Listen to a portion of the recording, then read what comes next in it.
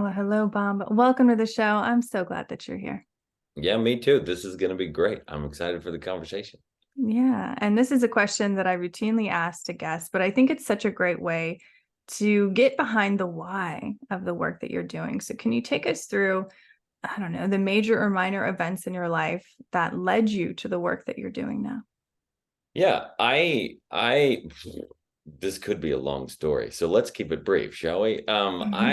I moved around a lot as a kid. So I would say that even though at the time I didn't really look at that as something that could potentially lead somewhere down a negative road and then a positive one, I often felt like I didn't belong in a lot of places. And I think that built up some sense of feeling like an alien and feeling like I needed to measure up and constant worry about being accepted or feeling like there was something wrong with me. And I think that led eventually to discovering that, well, if I spent a lot of time looking at pornography, I felt better than when I was worried about whether or not people liked me. So that ended up in what people often call like a pornography addiction or a sexual addiction. I obviously use way different terminology with regard to that. And that was 18 years of my life. It almost landed me with a divorce, losing my wife and kids. It really didn't make me very productive at work.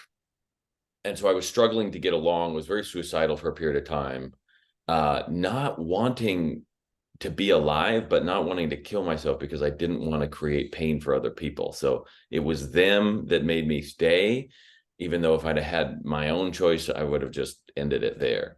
And then we moved to Arizona. I was running a kung fu school at the time. and and something about like sitting on the roof. I just started sitting on the roof watching the sunset day in and day out and just was like, what is going on in my head? And those like 20 minutes started to like lessen my desire to die. And then at a certain point, I had a weird vision of my life as like a 90-year-old where I was still struggling with the same thing. And I was like, I can't handle that for another 6 decades. I got to change. And so I sort of tossed out all the stuff that I had been taught that addiction's going to last forever, that depression and anxiety are things you're always going to have to cope with. Their stress is a fact of life. And like all those years in 12-step programs and counseling and therapy and all these online things that I learned, I was like, look, none of this obviously has worked. So let me find a way and let me figure out what's really going on at the base of it. So I quickly tried some things that were stupid. My wife did not appreciate them.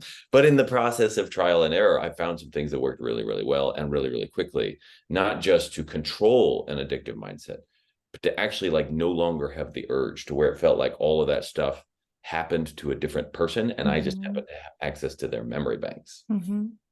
And depression disappeared and the anxiousness disappeared and my relationship changed with my wife, my ability to interact with other people. I wasn't taking things so personally all the time just by working with the body at the core.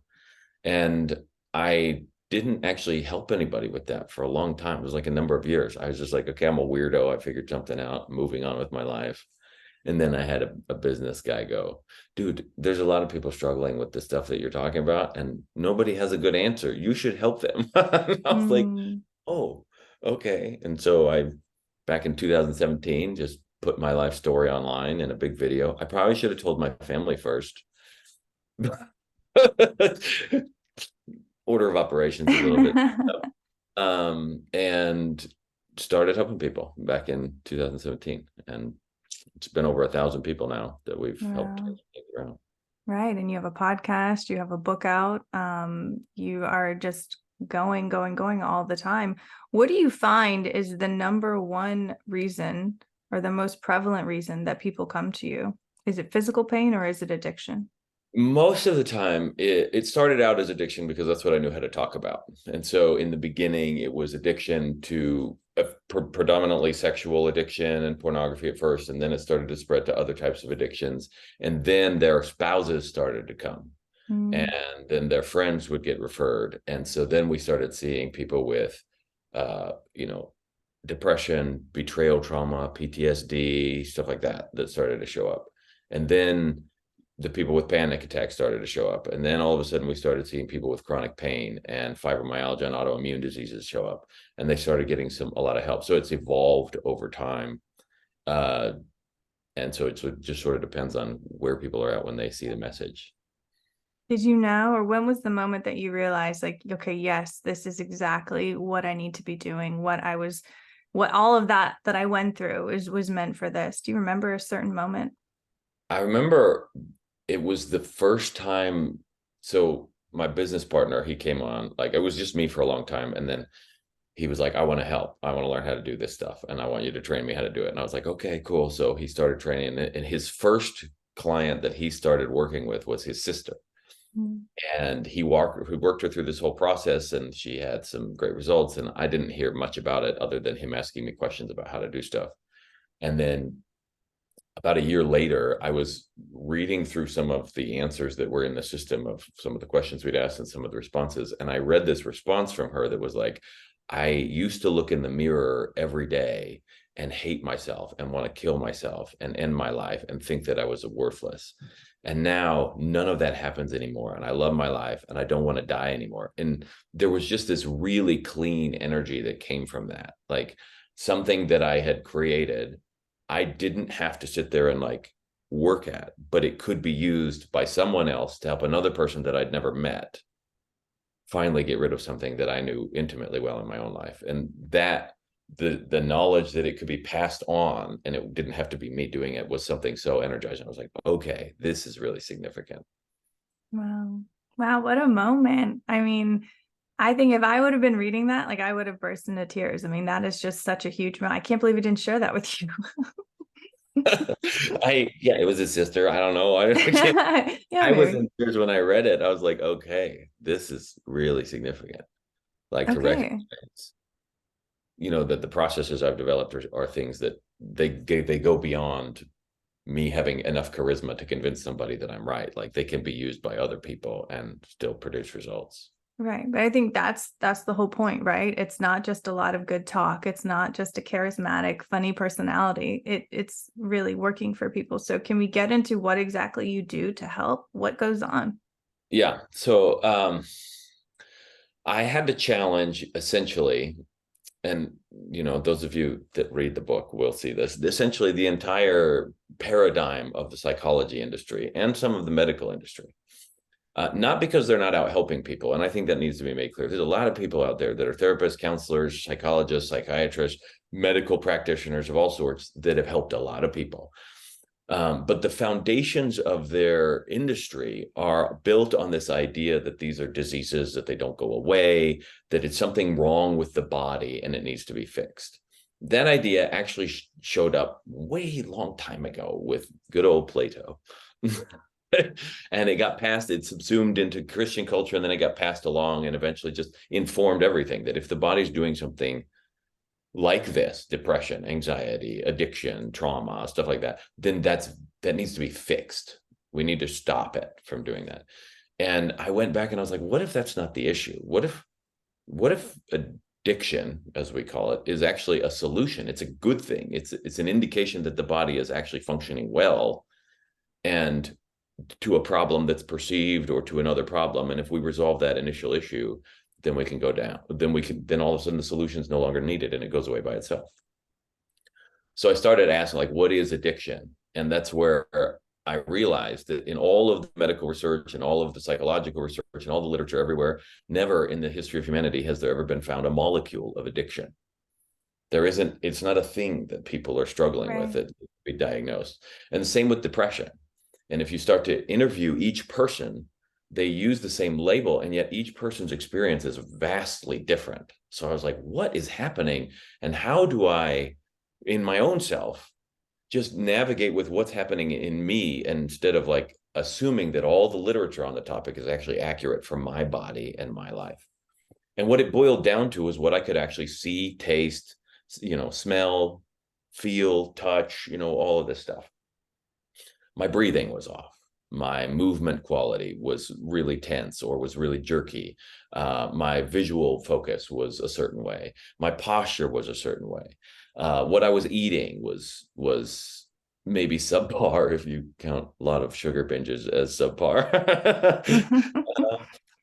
Depends on who you are on that one, I guess. But there was a lot of things that I could look at, and I was like, if I just look at how at ease my body is, it correlates very well with all the times when I act out or when I feel depressed or anything else like that. The less at ease I feel, the more discomfort there is, the more I end up doing stuff or feeling things that I don't like. And so I was like, how do I just train my body to instinctively be at ease, regardless of the outside situation? And so I mean, I trained for years in martial arts. I trained in all these other body certifications and all these other different types of modalities to try and understand my nervous system and what was going on. And down at the core of it was basically two problems. One, perception. I was seeing the world in a way that wasn't actually accurate. So I was assuming a lot of things. And as soon as I could see through that, then all of a sudden a lot of the problems disappeared. The other problem was habitual tensions in the body. And so I just simple processes like breathing and movement practices, ways I stood and ways I started to pay attention to my body, gave me the capacity to, when emotions arose or thoughts arose, I could go back to my body and go, what are these things built on? Because they're all byproducts of a body. My brain's not in touch with the outside world, so it's relying on my body to tell it what's going on. And if my body's uncomfortable anyway, then it doesn't matter what's outside. It's going to tell the brain, whatever's out there is uncomfortable. And then I'll freak out pretending it's that. So what happened was, okay, cool. This stuff comes up. I go back to my body. I find out where the tension is. I start to relax it. And then all of a sudden, the emotions and the thoughts and the fears and the worries and everything else goes away. And what I'm left with is clarity about what's actually out there. And if it is a problem, I can deal with it without all the extra emotional kerfuffle. Why isn't this taught to our children in school? That's a great question. I have some theories about maybe why. But I think in general, it's just, I mean, there's not, even Plato was off. It's like an inheritance of, there's a lot of deep wisdom, like that's out there, like go, take a deep breath, go on a walk, we say those types of things, but without an understanding of why those types of things are regular or are helpful. And a lot of them end up being encoded in a lot of religious traditions. So like the way people sing or the way they pray actually ends up activating the body in a really powerful way. But then we confuse that with like, well, all of the religious overtones of it. And sometimes we miss the beauty of the fact that this body is built a certain way. Yeah. Do you think that the body is an intelligent organism in itself, or is it so intimately connected with the spirit and the mind?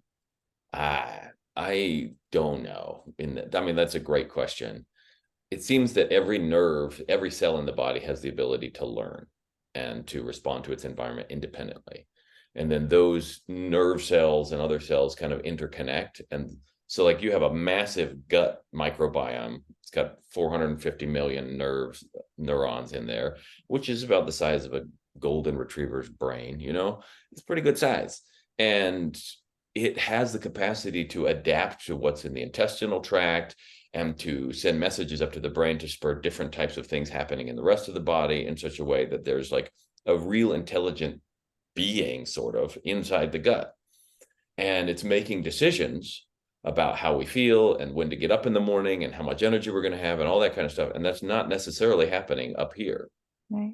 Then you got your heart, which has like 40,000 neurons in the atrioventricular node itself, which is a small amount in comparison, but it has the largest electromagnetic field. And it's like basically the first responder to everything that's going on. So even the light that comes from the sun passes through that field first and touches the heart before it hits the eyeball. And so your heart's already responding to the outside world, closing itself off or opening it up, changing its rhythms. And that's then affecting the breathing and all this other stuff before the brain ever gets wind of something that's gone on. So there's this tremendous intelligence in every area of the body that the brain is just trying to make a conscious experience at it, weaving it together in whatever ways it can. And what we see is actually one of the slowest things that shows up.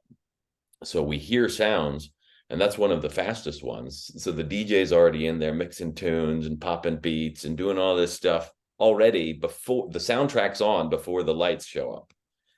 And so we're already interpreting our reality in a way that's not really directly visual. Wow. And so like how much of that is interconnected with the spirit? I don't know. That's a great question. But it does seem quite apparent that the body itself is loaded with a level of intelligence that if we were willing to get out of the mind for a second and quit trying to fix everything with our mind and allow ourselves to think with our bodies, not in the sort of like primeval way, like become a beast, but like really tap into the intelligence of the body, the kinds of possibilities that are available for people. I mean, the kind of absolute instinctive autopilot bliss that happens inside my body all the time. I didn't even know was possible when I was a kid. Yeah. I I thought you think had drugs. right. I think most people listening to this right now don't truly understand what that means unless they've experienced it themselves, like unless they've done ayahuasca or something, like done an out of body experience. How can we begin to start to prime our bodies to connect with our bodies in a way that gets us to that point to where it is like you're kind of living and existing in bliss? And if you move out of that, boom, you're aware and you can self-regulate again.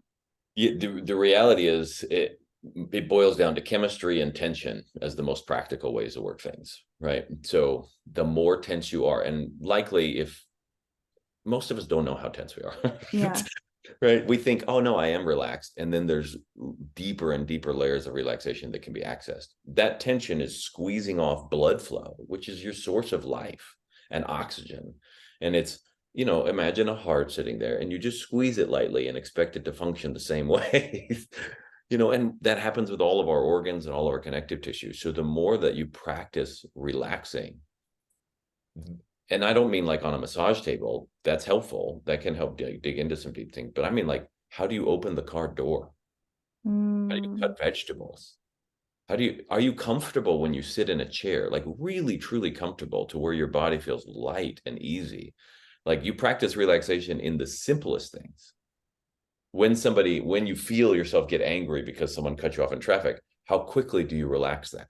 Mm. That training now opens up the pathways and the floodgates of all these rivers of life that go through the system. That's what carries all this buoyant energy.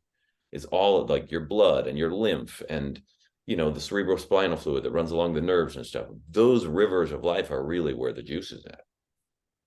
How long do you think it would take the average American who does drive a lot on the US highways and does deal with a lot of, stressful situations, especially parents? How long does it take before you start feeling the benefits? Like they're listening to this and like, okay, I'm going to start becoming more self-aware. I'm going to start relaxing myself, being just more aware of the tension in my body. Is it immediate? Is it 6 months? When can they start noticing a relinquishing of pain and tension? So there's two answers to that. The first is the moment you feel pain release, you feel pain release. And so it will be immediate. How long that lasts needs to be trained. So, Mm. like, for instance, we have people use breath work a lot because that is one of the fastest ways to change your body chemistry. Food takes a long time to change it up. Thoughts can change your body chemistry really quickly, but they also can change it back really quickly. But breathing seems to have a longer lasting effect. And so we'll have them do that. They will feel great afterwards.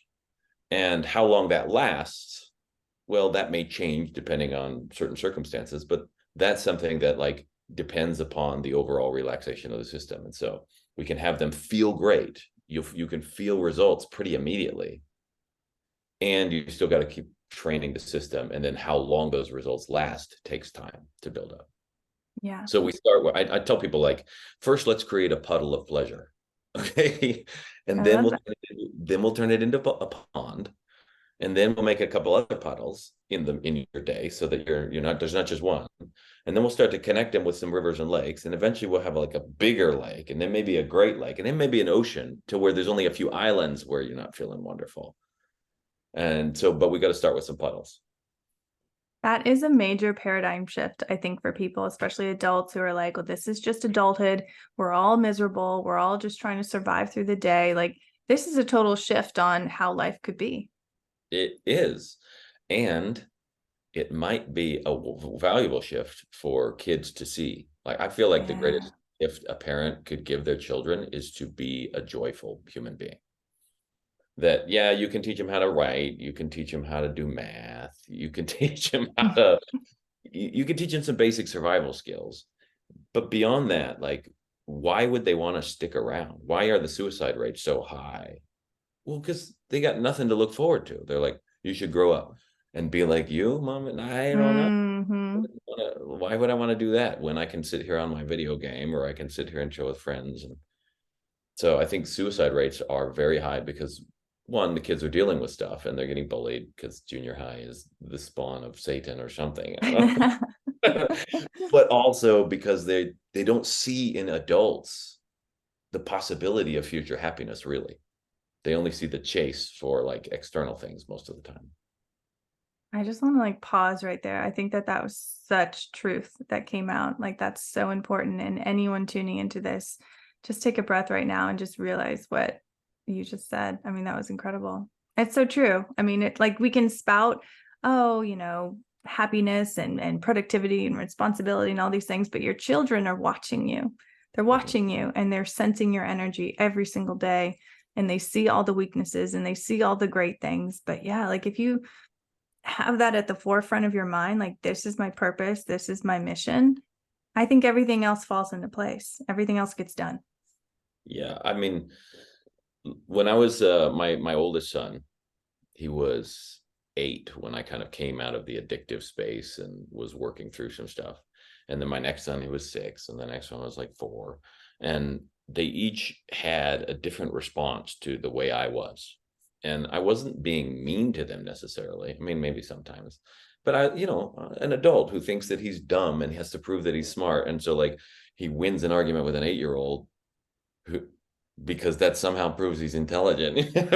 We've all been there. Yeah. And and so like my oldest one, at a certain point, he was 11 when he was like, he mentioned that he felt like he just didn't want to be alive and he felt like it would be better if he were dead.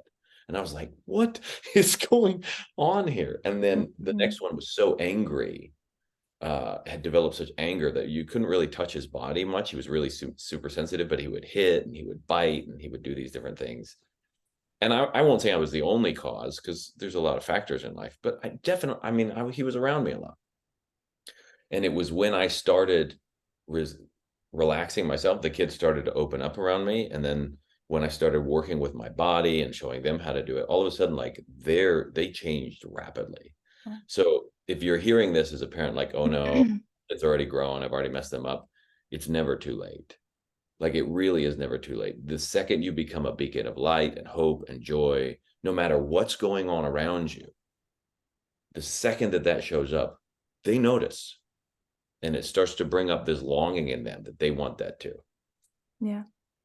And I'd argue too, like it not only heals the generation after you, but it can heal the generation that came before you, even if they're no longer here. Like I truly believe in, generational healing. If you can do it right in the here and now, you can affect things that happened in the past, like on some plane, in some dimension, like that is actually happening. I mean, it's possible. I don't know. But I think many times in the beginning, my wife and I were like, okay, whatever this is that I inherited, it stops here. Yeah. And if that ripples backwards several generations as well as forward, great. Yeah, absolutely. Well, let's talk about your book a little bit, Built for Freedom. Who did you write it for, and who would benefit most from reading it? So I wrote the book Built for Freedom to try and encapsulate in words as best I could what I had learned, because it is so vastly at odds with uh, what is out there in terms of help for emotional struggles, for chronic pain, for things like this. And there's a lot of people that I would hear over time that would say, like, oh, yeah, I've already done that. Oh, yeah, I know it's a mind body thing. But they weren't doing the same thing. They were still Mm. kind of staying on the mind, or they were treating the emotions and stuff, or they were treating it as if it were a problem. And so I was like, how do I put this together? And my aim was for somebody who read that book to get to the end of it and realize, wow, what if there's nothing actually wrong with me? What if all these experiences I've had are just a result of ways that I trained my system to learn? Obviously, it can learn how to do something. And so all I got to do is go entertain myself with some stuff that trains it to create happiness and well-being on autopilot instead of, being a misery manufacturing machine. And I wanted that sense of like hope and help. I did embed in it some of the breathing practices and some of the other stuff that I do, but they're all in story form because I didn't want it to get lost in being a self-help book. Mm-hmm. What needed to happen was the paradigm shift. I'm currently writing a companion volume for all the people that are like, but what do I do? And I'm like, okay, Yeah. here's the step-by-step process. So that'll be out later this year. But but the book itself alone, we've had many people just write back in and realize like so much has changed just in their approach to their own mental health and their well-being. So it's really for anybody who feels like life is a drudgery, whether that's a big drudgery and you're not sure if you want to check out, or whether you're struggling with stress and like relationship struggles, or whether you're deep in depression, or whether you got some illness and you're feeling oppressed by life in some way. This is like an opportunity to flip the table and go like, oh wait, what if there's more possible than I ever imagined? Right. Right. It's Which is so what interesting. No, go ahead. I was going to say, which is why there's just such a long subtitle. No, I mean, but it's like this is so powerful for adults, obviously. But again, like, could this be something that a middle schooler could read or a high schooler could read and gain benefit? Would you think that there's a level of understanding that could translate to someone way younger? So I have 6 children. Wow. My oldest is 17 and my youngest is 7. The 7-year-old is not at reading capacity to be able to grasp it.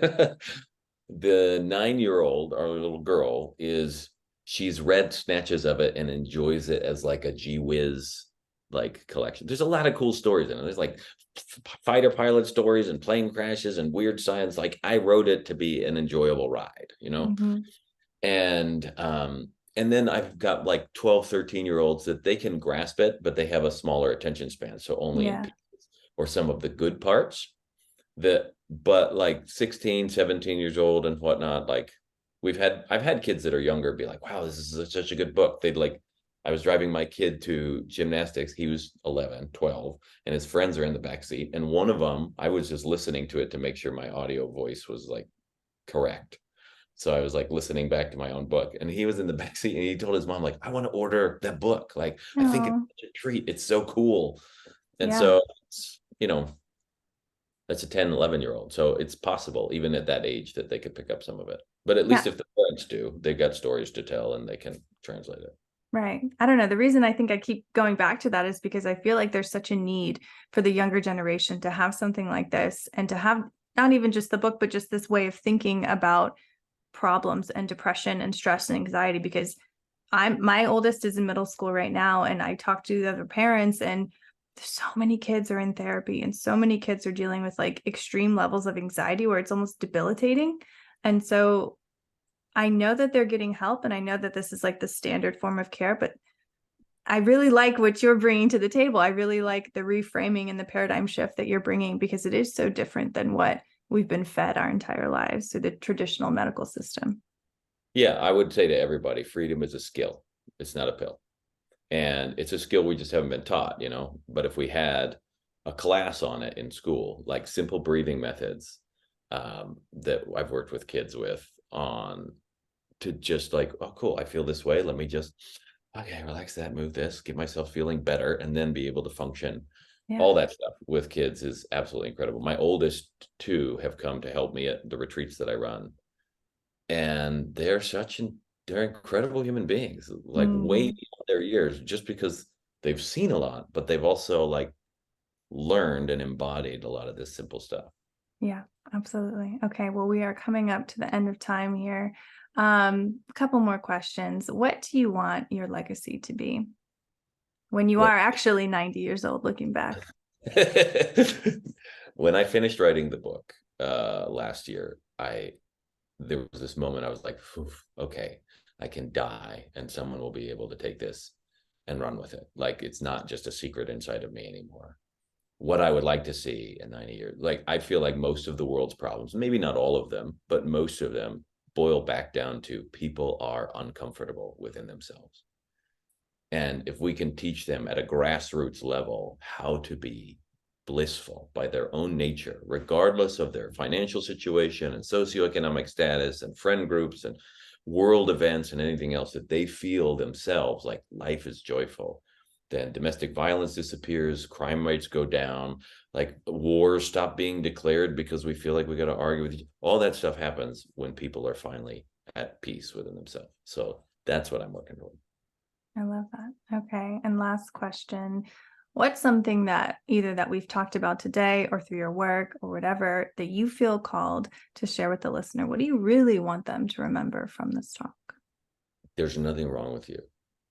There never has been.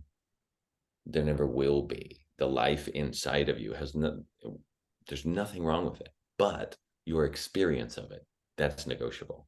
And so if it's been negative, that's just an experience. And if you can learn to make an experience that's negative, you can learn to make one that's positive as well.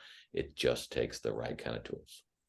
I love that. Bob, thank you so much for the work that you're doing, for spending some time with us today. Really a beautiful conversation. I really enjoyed it. Yeah, thank you as well. It was an honor.